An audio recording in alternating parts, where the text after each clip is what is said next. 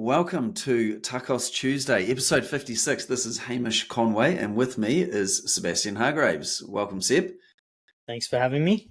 Fantastic. And I'm so pleased that you've made the effort to get your clothes on right. I got you one of these Sell Global tops. And if you have a Sell Global top there, you can tell if you've got it on the right way. So I think next time, pull out, I made the effort to get you a top. I know. For those listening, I got dressed in the dark this morning and thought that I had my shirt around the arm backwards. So yes, very professional. I need to pick a shirt with a logo on it, so I know.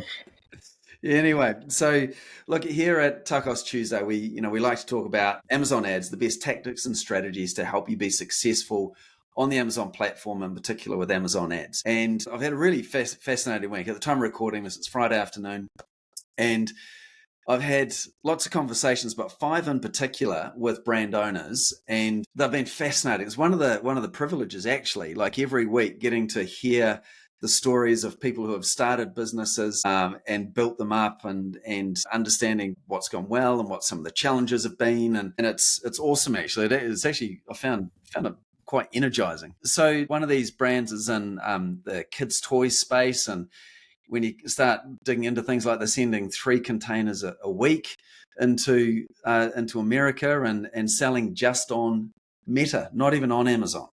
And then another company in the sexual health category, not on Amazon, doing really well, but their Meta ad stopped working, and I'll tell you why.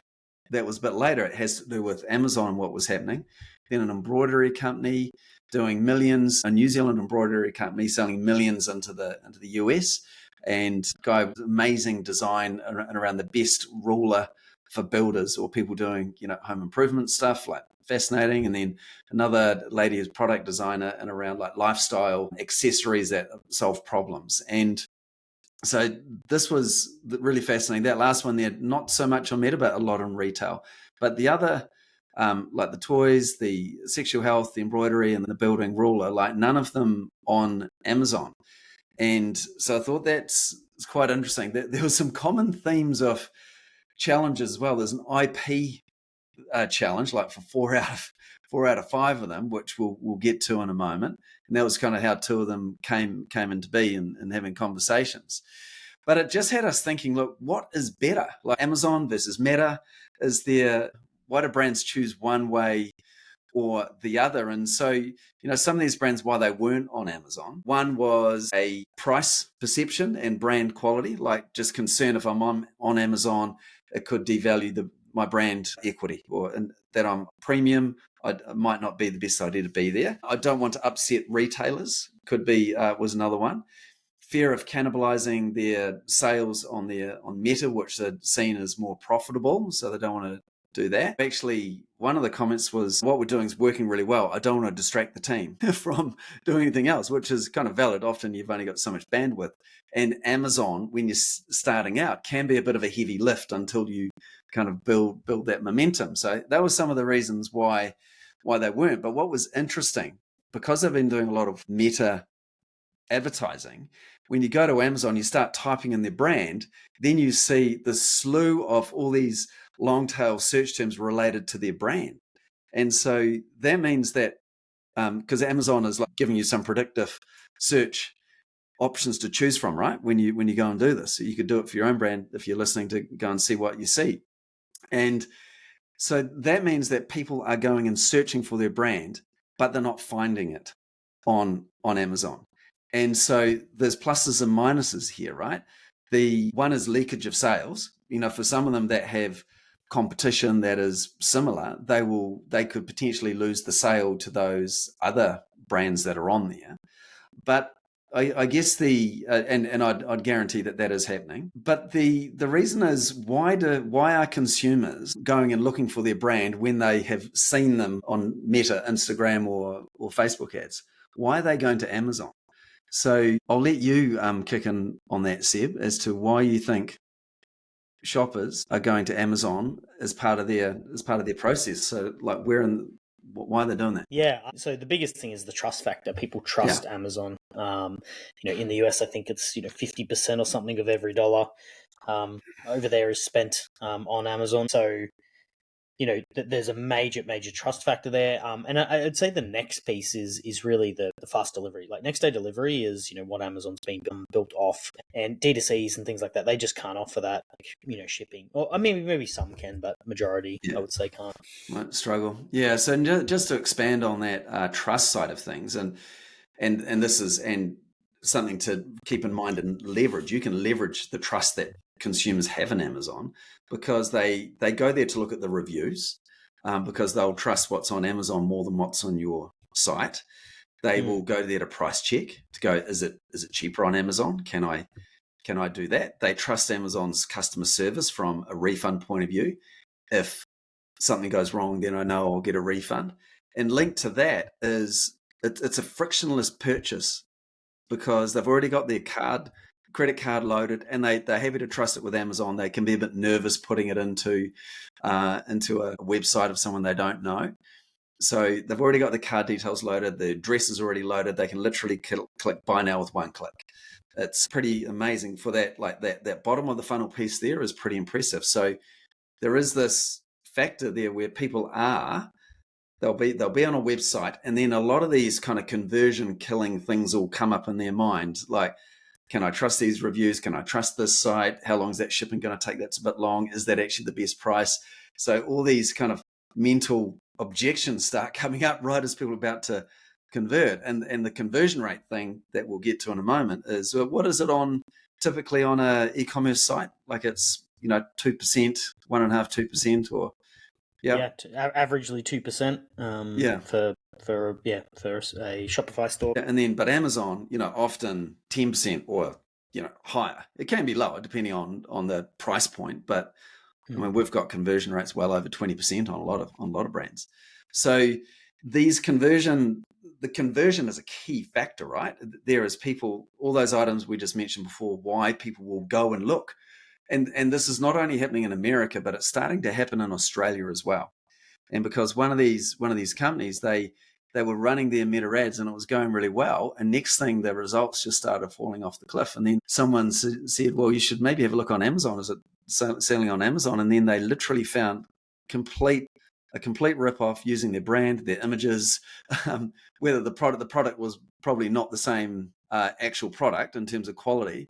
But people were going to Amazon because their branded search, like that, the suggested search options were coming up with their brand in it. And so that was a massive problem, right? So they've kind of uncovered an IP violation that they've now got to resolve, which looks like opening an account, getting brand registry, and then going about that process of getting them taken down. And that, we'll loop back to that in a moment. But it just goes to show that if you are doing a lot of driving traffic to your own website, you cannot deny the fact that people are going to have a look on Amazon. So that is happening. What about this question, Seb, in terms of where do you think Amazon fits in the funnel? And, there's the obvious answer at the bottom of the funnel, but how else do you kind of see Amazon playing into the consumer making a buying decision, from even thinking about the top all the way through? I think I did a LinkedIn post actually today, which will be a week from when people get this, but Amazon obviously traditionally is bottom of the funnel, but they are investing very heavily to be turning themselves into something that is much more top of the funnel. So they recently released a partnership with Netflix that they'll be being part of, being able to grab that advertising real estate within Netflix. They've obviously got that already within their own platform, Amazon Prime. And they already know that they dominate the bottom of the funnel, and then now they're building on that and really trying to turn themselves into that other piece, which is the top of funnel. And that's the whole DSP conversation and everything else that's going to be becoming more and more important. The reason they've been able to build something so strong and good is because they've got so much customer data. Yeah, that they've been able to build out a platform that really delivers. Yeah, that's a really interesting point, is that, Cosmo, particularly in the States, matching up all that shopper data with the right intent and presenting the most relevant search for them. So we definitely know it's bottom of the funnel and they're wanting to move up, but there's a key factor, a key number you can find on Amazon, which is new to brand customers. And that percentage can be quite high. Well, what do you think that is generally with, say, with our data set that we've got? when you're looking at new to Put brand? me on the spot. I have, haven't I? Yeah, new to brand. Our new to brand customers. It's probably. It does depend. It's probably 20 or 30%. I would say of all customers coming in. So, yeah, it's It's getting up there. meaningful. It's meaningful, right? And so and this is the thing, right? So it's not all about people that were going to buy on Meta are now going to buy on Amazon, or on your website are now going to buy on Amazon. That will happen, but there's shoppers there that you will see your brand, and it doesn't have to be DSP. It can even just be sponsored brand, in the banner at the top of the search, and with video or sponsored brand video. Those ways in driving traffic to your storefront is kind of almost mid funnel, depending on what they've searched and where you show. So that there is also, you can conquest new customers from your competition, or in those category search terms. Obviously, if people are putting in your brand, that's branded search, but category search terms, you can absolutely go and win and get these new to brand customers. And if you've got a product that is good lifetime value and repeat purchase, then it's an absolutely valid channel to be advertising on. Yeah, I think it's important to note, like, obviously we're an Amazon agency, and we're believers, right? And so it's important that we want to be transparent with our customers, with the people that listen to the podcast as well. And it's like, Amazon continues to grow, and what's been interesting over the last, I don't know, I'd say 2 years that I've kind of witnessed is that more and more of the searches that are growing are branded search on Amazon. So, I would say that like 2 years ago, there's probably a lot more unbranded, and then there's a lot more branded that's happening. And so the key part to that is that it's like you really do need to control your brand name, because if you don't control it, like Hamish mentioned before, someone else is going to anyway. And that branded traffic is super valuable, and something that you've already built and invested in, and so you want to take control of that piece. So despite the fact that we're talking about Amazon because we're an Amazon agency or whatever, like those things that I just mentioned, those are the facts, and it's like those are the facts about what people are kind of looking for. That's becoming more and more and more important, and big brands realize that, and so they're taking control back of their catalog and their brand, because they realize that it's like, if they just say, no, we're too good for Amazon, or our brand's too valuable, that doesn't matter to Amazon. They'll get your product anyway, whether you want them to or not. And so be there, control it, and have good control over your distribution. And that's one of the key factors, I think, that is important for all brands. We've seen brands that get control of that very early and keep control of that very early, and it's like Amazon's a dream for them, in the sense that because they have a really good control over that piece. 100%. So you protect your brand. You also make your brand look how you want it to look. And you can even, if you're a third-party seller, you can put the price where you want the price to be, and you can look at it could even be slightly higher than what's on your website. I mean, price is a major challenge in terms of buy box on Amazon, but don't, if you're selling as a first-party vendor, it's a whole nother story. That's a challenge, so be cautious of that. But I just wanted to kind of counter the look. Yes, we are an Amazon agency, but look, these brands I was talking to, I was shocked at how many sales they're making for the products, right? And they wouldn't have got that level of sales out of the gate on Amazon, like, because on Amazon it's a competition frenzy. It's for eyeballs and attention, right? When people are on that site.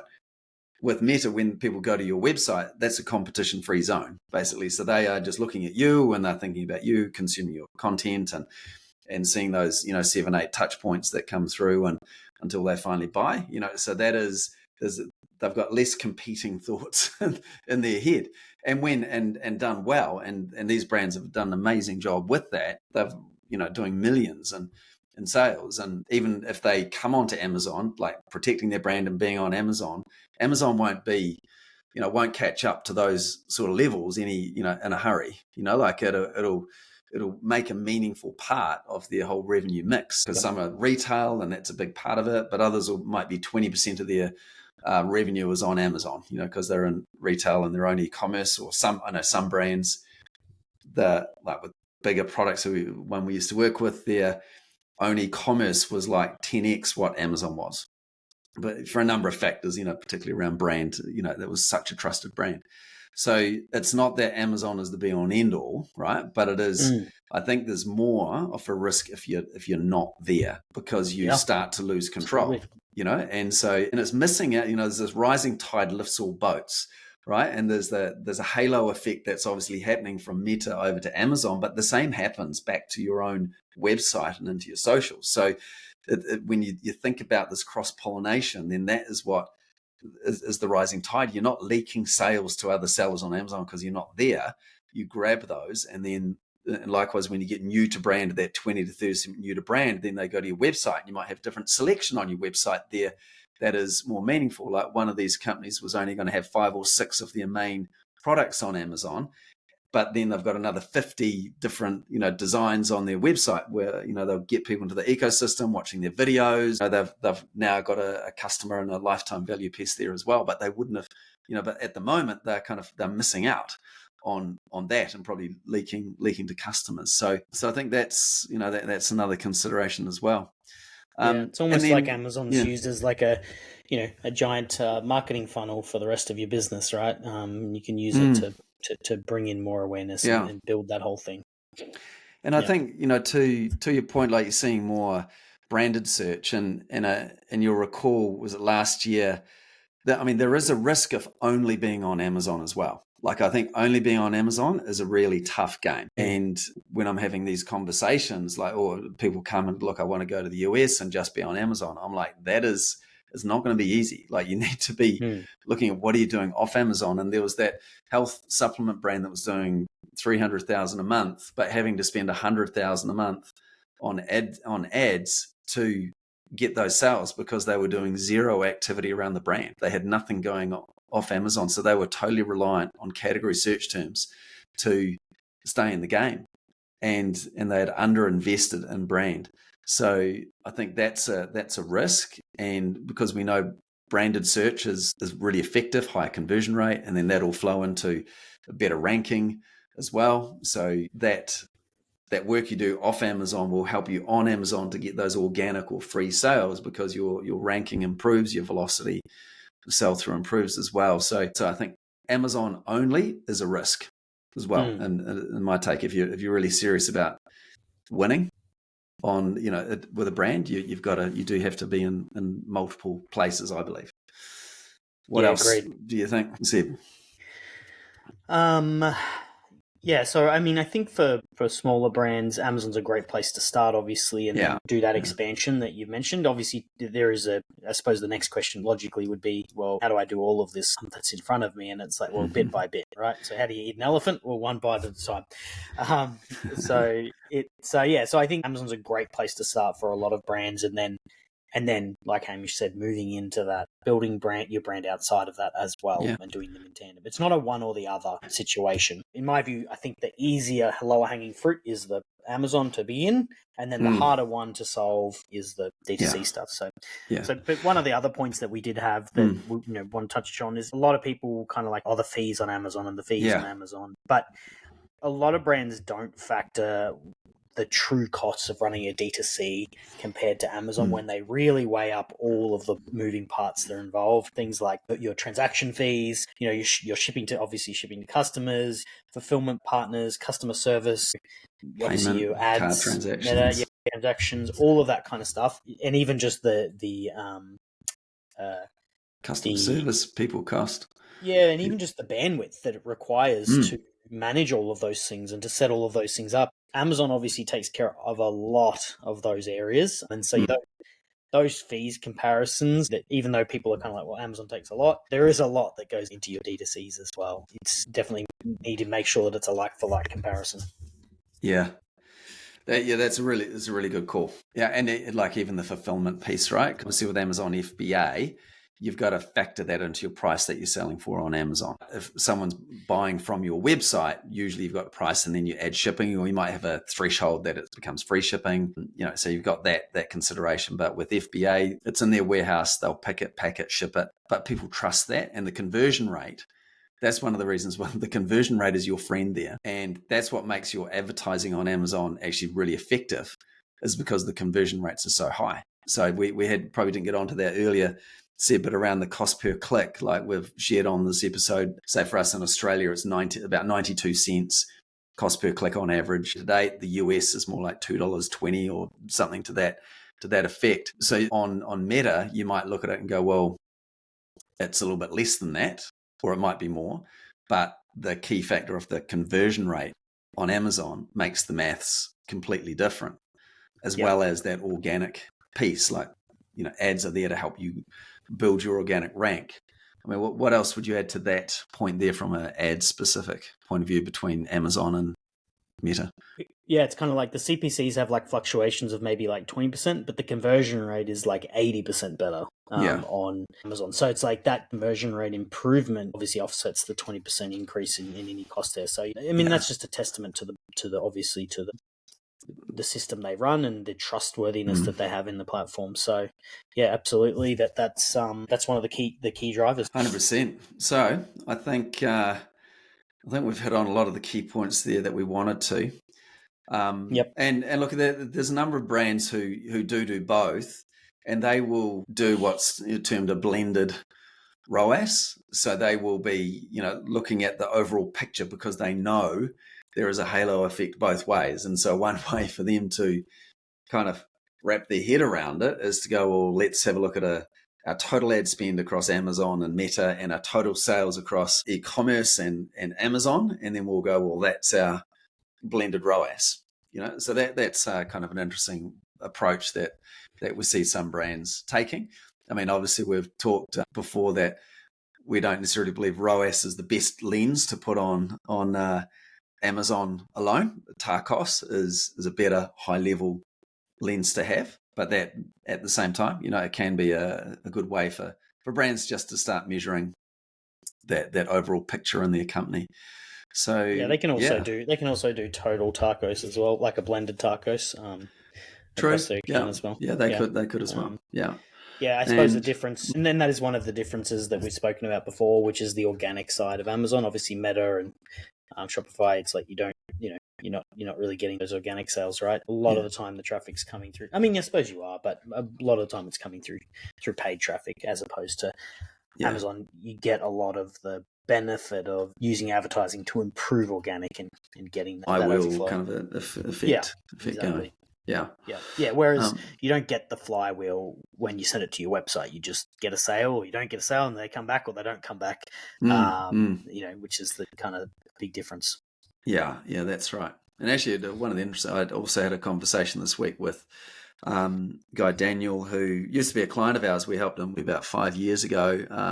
I don't know, time flies there, but he had a tea business. And so we used to help him, and he's since sold out of that, and he's now working with e-commerce brands. And his area of expertise there is on retention, lifetime value, and in terms of email flows. Or once traffic has hit the site, how do you then nurture them to get them to convert, or once they've purchased, how to get them to continue to buy?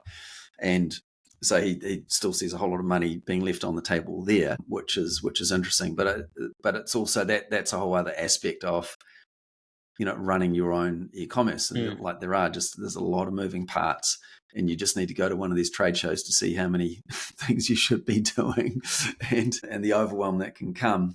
So in some ways, that's where Amazon is a little bit simpler to a degree. It's got its complexities, but some of those niggly aspects can be handled by Amazon, and particularly the fulfillment piece. So look, I think if we had to vote, let's vote Amazon or Meta. What's your answer? I'm voting both. You're voting both. Of course we are. Based on an easy conclusion. Yeah, if you're not on Amazon, you really want to be there. And as much to that IP piece, I didn't really dive into the detail on that, but you get your brand registry there, and that gives you the chance to take down these copycats there a lot easier.